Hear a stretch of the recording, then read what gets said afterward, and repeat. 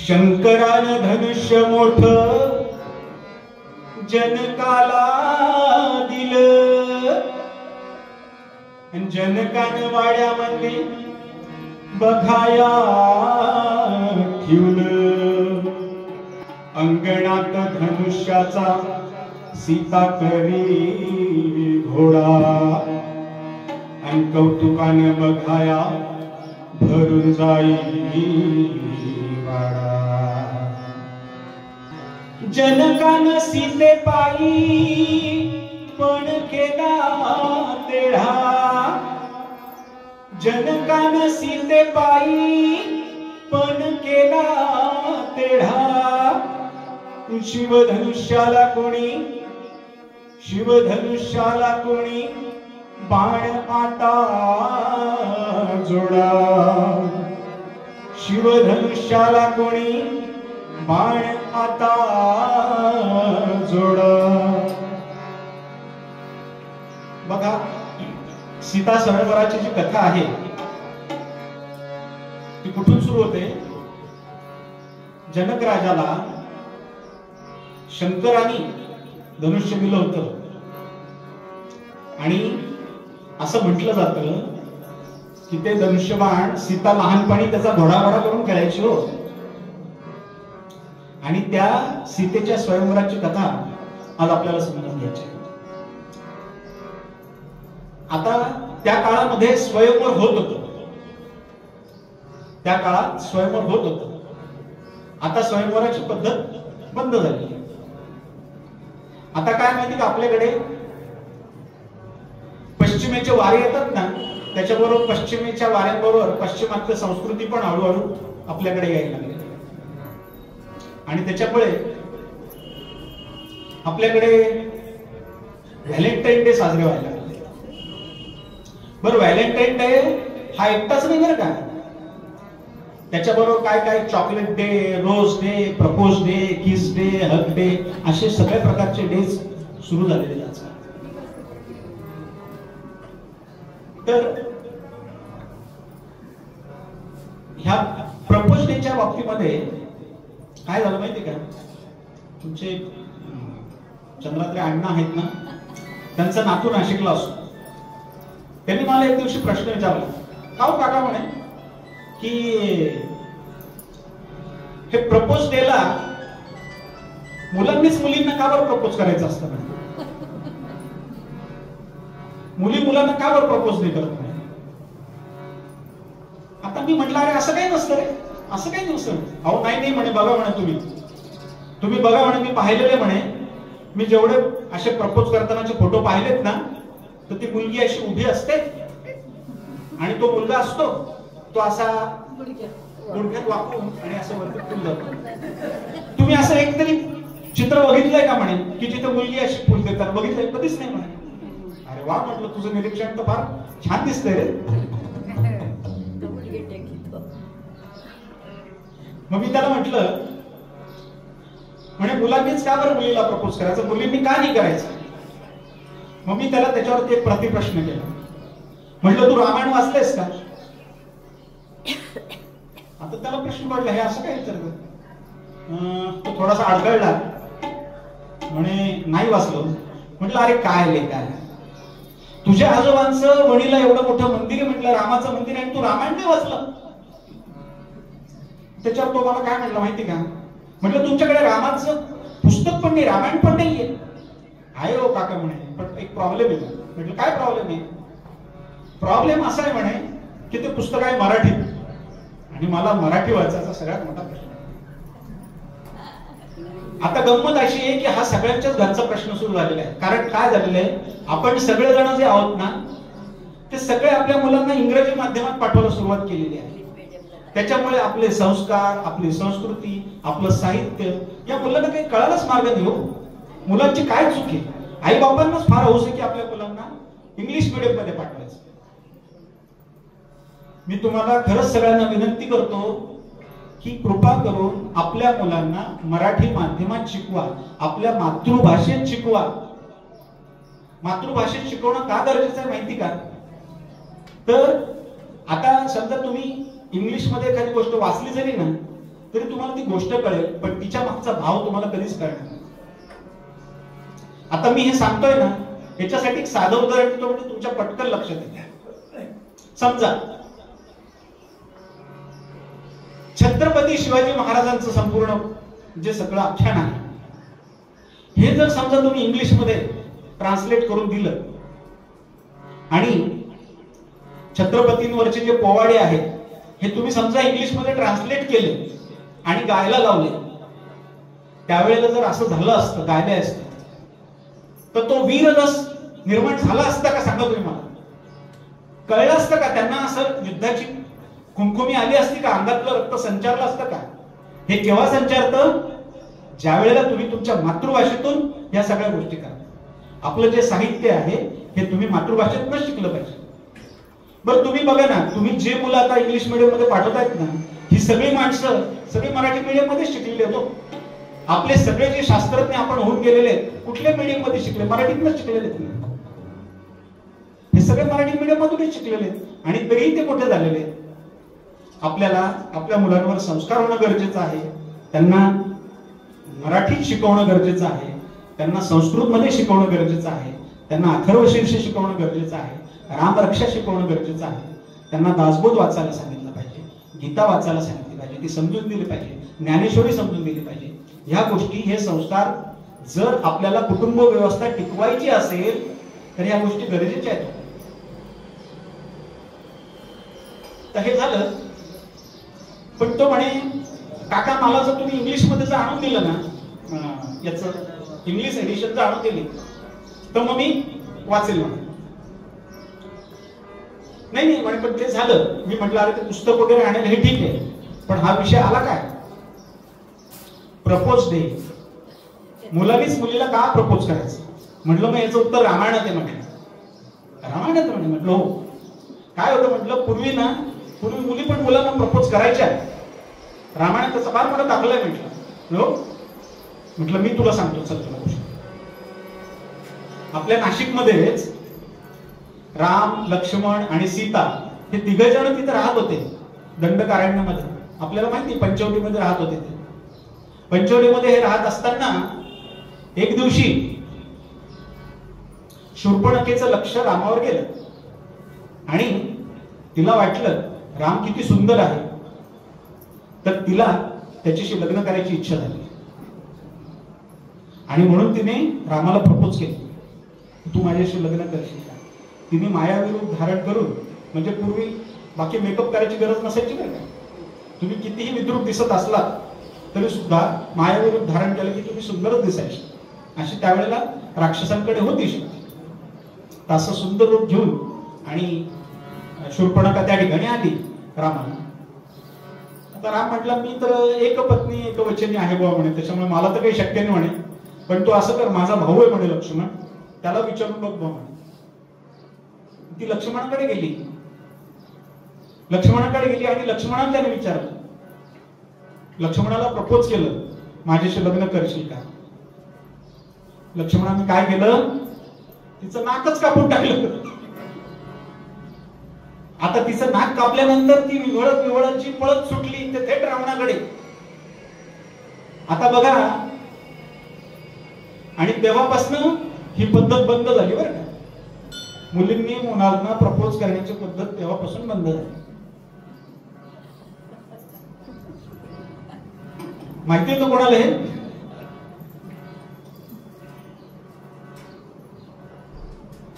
Anyway, आता ही गोष्ट मी सांगितली, पण आता इथे सगळे ज्येष्ठ श्रेष्ठ व्यक्ती लोक सगळे बसलेले आहेत आणि हे म्हणतील का हो, सीता स्वयंवराचे आख्यान, ते आख्यान सोडून तुम्ही हे व्हॅलेंटाईन डे आणि या काय गोष्टी सांगत नसते. तर मला असं वाटतं या गोष्टी सांगण्याची गरज आहे. गरज याच्यासाठी आहे की आपल्याला जर वाटत असेल की पुढच्या पिढीने कीर्तनाला यावं, त्यांनी कीर्तन ऐकावं, असं जर तुम्हाला वाटत असेल तर तुम्ही त्यांच्या गोष्टी, त्यांच्याशी संदर्भित गोष्टी जर तुम्ही सांगितल्या कीर्तनातनं, तरच त्या मुलांना कीर्तन ऐकावं असं वाटेल ना. नाहीतर मग तुम्ही किती आर्या, साखी, ओव्या सगळ्या गायल्या तर त्या मुलांना त्याच्यामध्ये इंटरेस्ट नाहीये. त्यांना त्यांचे जे विषय आहेत ते विषयाशी संबंधित ज्यावेळेला त्यांना काहीतरी ऐकायला मिळेल आणि त्याच्यातनं ज्यावेळेला त्यांचं प्रबोधन घेईल, आपल्याला काय त्यांना इथे घेऊन यायचंय, त्यांना हे संस्कार करायचे, त्यांना हे ऐकवायचंय आणि आपल्या हिंदू संस्कृतीचं रक्षण करण्यासाठी म्हणून आपल्याला या सगळ्या गोष्टी सांगाव्या लागतात. त्याच्यामुळे कृपा करून मी हा दृष्टांत सांगितला याच्यासाठी कोणीही गैरसमज करून घेऊ नका, याच्या मागची भावना समजून घ्या.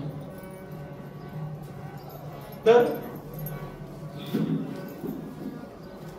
प्रश्न सीता स्वयंवराचा होता. आता सीता ही कोण? खरं सांगायचं तर सीता ही आपल्या धरणी मातेची मुलगी. कारण का? तर जनकाला त्याच्या तिथे शेतामध्ये नांगरत असताना एका पेटीमध्ये सापडलेली ही, म्हणजे खरी तर ही भूमीची कन्या, धरणी मातेची कन्या ही सीता. या सीतेला ही धरणी मातेची कन्या, आता ही खरं तर जनक राजानी आणि जानकीनी, आपल्या जनक राजा मिथिला नरेश यांनी तिला तसं म्हटलं तर अडॉप्ट केलेलं होतं बरं का. म्हणजे अडॉप्ट करण्याची पद्धत त्यावेळेपासून आहे. आणि आता ती जशी सीता मोठी व्हायला लागली, हळूहळू मोठी व्हायला लागली, तर त्यावेळेला सांगितल्याप्रमाणे जनक राजाला शंकराने धनुष्य दिलेलं होतं आणि त्या धनुष्याचा घोडा करून सीता त्यावेळेला ती खेळायची त्याच्यावर. आणि मग जनक राजाने एक विचार केला की पूर्वी काय होतं माहिती का, स्वयंवर करण्याचा मुख्य उद्देश काय होता, तर वीर पराक्रमी मुलगा आपल्या मुलीसाठी मिळाला पाहिजे याच्यासाठी म्हणून वेगळ्या प्रकारचे पण हे केले जायचे की जेणेकरून पुढची पिढी चांगली निर्माण व्हावी, राजाला पुढची पिढी मिळणार आहे ती चांगली मिळावी, आपल्या मुलीसाठी चांगला वर मिळावा. त्यावेळेला ना पैसा हा विषय महत्वाचा नव्हता. लग्न करताना वीर पुरुष मिळाला पाहिजे ही गोष्ट महत्वाची होती. आता काय माहिती का, आता पॅकेज किती हे विचारलं जातं, फक्त पैशाकडे पाहिलं जातं. आणि मग फक्त पैशाकडे पाहिल्यामुळे होतं काय होतं आता मी सांगत नाही. सगळं जे आहे ते आपल्या आजूबाजूला समाजामध्ये सगळ्यांना माहिती आहे, मी वेगळं काहीच सांगत. तर नुसतं पैशाकडे पाहू नका, कुटुंब व्यवस्था कशी आहे, कुटुंबातले सगळे माणसं कशी आहेत आणि खरोखर मुलगा कर्तृत्ववान असला पाहिजे ही गोष्ट, हा क्रायटेरिया तुम्ही तुमच्या लग्नाच्या वेळेला मुलींसाठी पाहायला पाहिजे असं मला वाटतं. तर जनक राजांनी आता ठरवलं की आपण जानकीचं लग्न करायचं आहे. आता जानकीचं लग्न करायचं म्हटल्यानंतर त्यांनी संपूर्ण देशामध्ये, देशाच्या बाहेर सगळीकडे निमंत्रण धाडली की बा असं आता आम्ही पण ठरवलेलं आहे आणि या दिवशी मैथिली नगरीमध्ये आपलं हे होणार आहे. प्रत्येकाने काय करायचं आहे, तर जो कोणी या शिवधनुष्याला प्रत्यंच्या चढवेल त्याच्याशी मी सीतेचा विवाह करून देईन असं दोघांनी ठरवलेलं आहे. म्हणजे सीतेच्या आईवडिलांनी, जनक राजांनी. आता याप्रमाणे सगळीकडे वेगळ्या ठिकाणी त्यांनी निमंत्रण धाडलेले आहेत आणि त्याप्रमाणे जसं सगळीकडे निरोप धाडलेत ना सगळ्या वेगळ्या मोठ्या राजांना, तसं लंकेमध्ये रावणाला पण निमंत्रण गेलं होतं. आणि इकडे विश्वामित्र ऋषींकडे सुद्धा यांनी हे निमंत्रण धाडलेलं होतं, विश्वामित्र ऋषींकडे. आणि विश्वामित्र ऋषींना ह्या कार्यक्रमासाठी बोलवलं होतं आणि त्यावेळेस त्यांना सांगितलं होतं की तुमच्याकडे जे शिकायला बालक आहेत राम आणि लक्ष्मण यांना सुद्धा तुम्ही समवेत घेऊन या म्हणून त्यांना पण निमंत्रण दिलेलं होतं. आता जो दिवस आहे याचा स्वयंवराचा जो दिवस आहे तो दिवस उजाडला. आता या स्वयंवराचा अजून एक मी तुम्हाला महत्वाची गोष्ट सांगतो बरं का, की हे स्वयंवर का ठरवलं गेलं, तर याच्या मागे खूप मोठी कथा आहे. खरं म्हणजे खूप मोठी कथा आहे. कथा अशा पद्धतीने अशा अर्थाने आहे की विचार करा तुम्ही, आपण कधी विचार पण केला नसेल की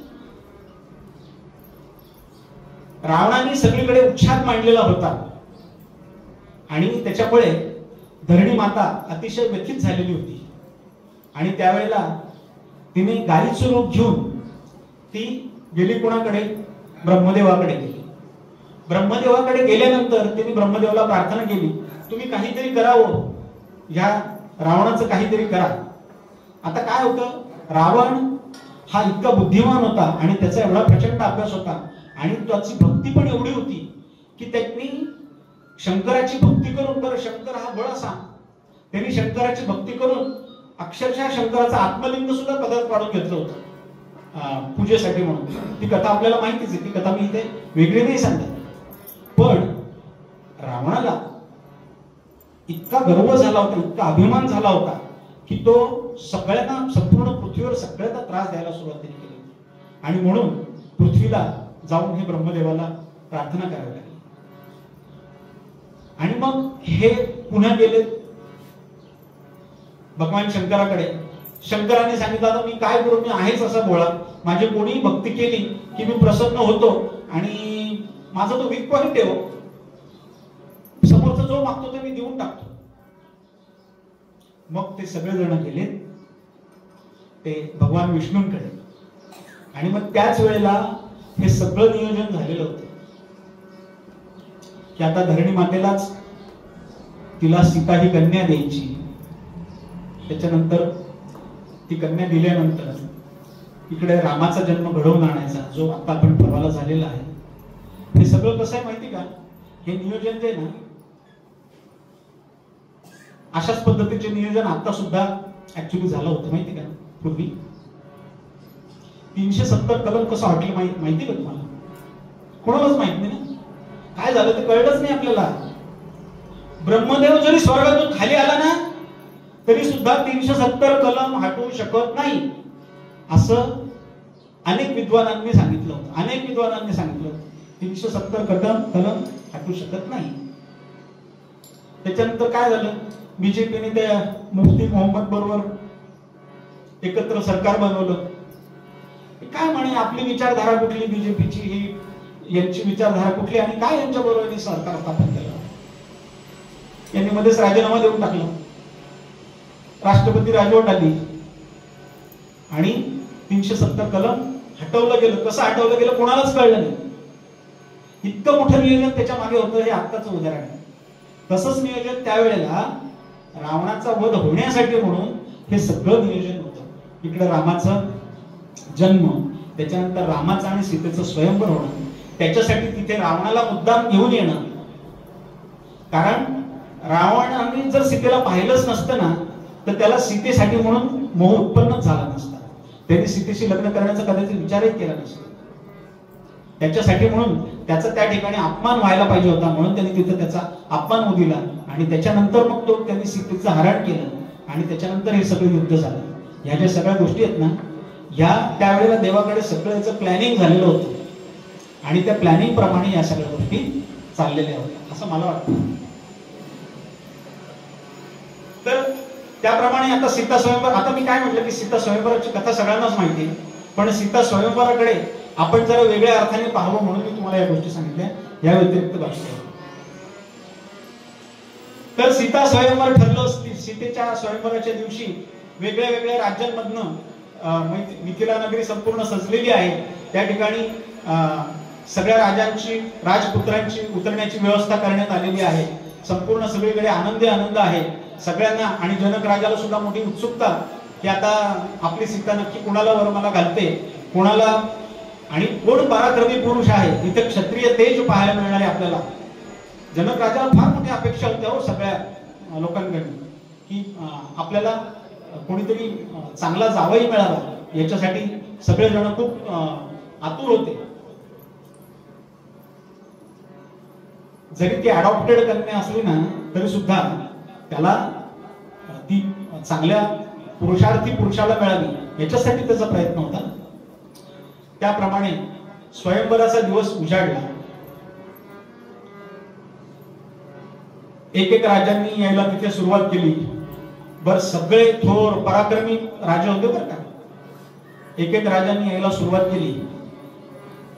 जे शिवधनुष्य सीता लहानपणी घोडा घोडा करून खेळायची ते शिवधनुष्य त्या राजांना, स्वतःला पराक्रमी बलशाली म्हणवणाऱ्या राजांना हलवत सुद्धा नव्हतं, जागेत उचलता सुद्धा येत नव्हतं, अशी परिस्थिती होती.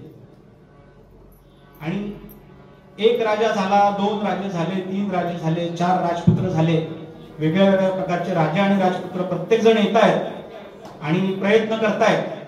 आणि एकेकाला जमत नाही म्हटल्यानंतर सगळे मोठमोठ्याने हसत होते. हो, म्हणजे खरं म्हटलं तर प्रत्येकाचा अपमानच होत होता. इथं सगळी सभा जी होती त्या दिवशी ते सगळेजण हसत होते.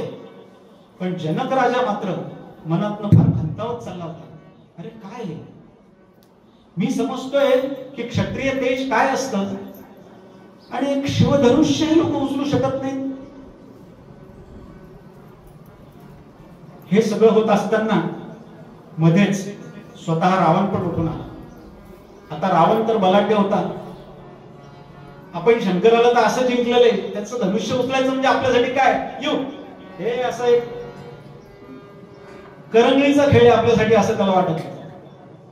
आणि त्याप्रमाणे त्यांनी ते शिवधनुष्य उचलण्याचा प्रयत्न केला. पहिल्यांदा बोटांनी उचलून पाहिलं, हातांनी उचलून पाहिलं आणि थोडं उचलल्यानंतर असं झालं की तो धाडकन कोसळला. आता तो कोसळला म्हटल्यानंतर संपूर्ण राज्यसभा जोर जोरात हसायला लागली.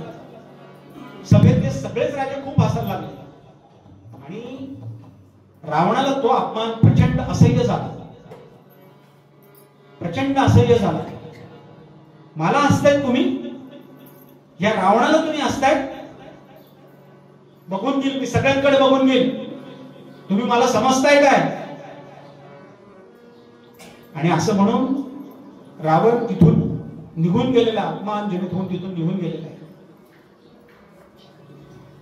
रावण निघून गेल्यानंतर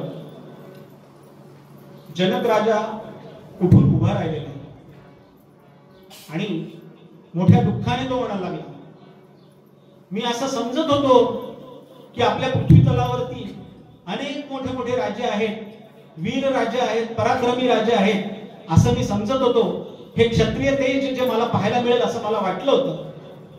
पण प्रत्यक्षामध्ये काय दिसतंय, अरे तुम्ही सगळे नपुसक आहात. माझ्या मुलीला एक वीर पुत्र मिळू नाही लग्नासाठी. आता माझी ही कन्या आजन्म काय अवयवात राहणारी काय. किती मोठं दुर्भाग्य आहे माझं की मला तिला, म्हणजे माझंच चुकलं. मी कशाला असं पण केलं असं मला आता असं वाटायला लागलेलं आहे. मी का असं पण केलं, मला हे खरंच अपेक्षित नव्हतं. आणि जनक राजाचं हे दुःख ऐकल्यानंतर तिथे सभेमध्ये राम आणि लक्ष्मण उभे होते, बसलेले होते. लक्ष्मणाला राग अनावर झाला. तो ताडकन उठून बोलला, क्षमा असावी महाराज, क्षमा असावी. पण तुम्ही एका क्षत्रियासाठी सगळ्या क्षत्रिय समाजाला तुम्ही असं बोलू नका. तुम्ही हे फार चुकीचं बोललेलं आहात. अहो असं एक नाही, असे 10 शिवधनुष्य आम्ही उचलू शकतो. आम्हाला फक्त आज्ञा करा, आम्ही असे 6 शिवधनुष्य उचलू शकतो. तुम्ही माझ्या भावाला सांगा, फक्त रामाला सांगा, फक्त तुम्हाला काय वाटलं. आणि लक्ष्मणाचं ते ऐकल्यानंतर विश्वामित्र ऋषी त्यांच्या सोबत आलेले होते. त्यांनी त्याला शांत केलं. शांत हो लक्ष्मणा, शांत. काय आहे की आतापर्यंत जे सगळं चित्र दिसतंय ना त्याच्यामुळे ते व्यथित होऊन बोलतात. मग विश्वामित्र ऋषींनी रामाला फोन केली, रामा उठ. रामाला उठवलं आणि बोललं, तू जा म्हणे, आता ते शिवधनुष्य तुला उचलायचं आहे. शिवधनुष्य उचलणं ही जी म्हण आहे ना, आपण कोणी मोठा पराक्रम केला, कर्तृत्व केलं ना, तर त्यांनी मोठं शिवधनुष्य पेललं असं जे आपण म्हणतो ना, ते त्याच्यातून ती म्हण आलेली आहे आपल्या या कथांमधून.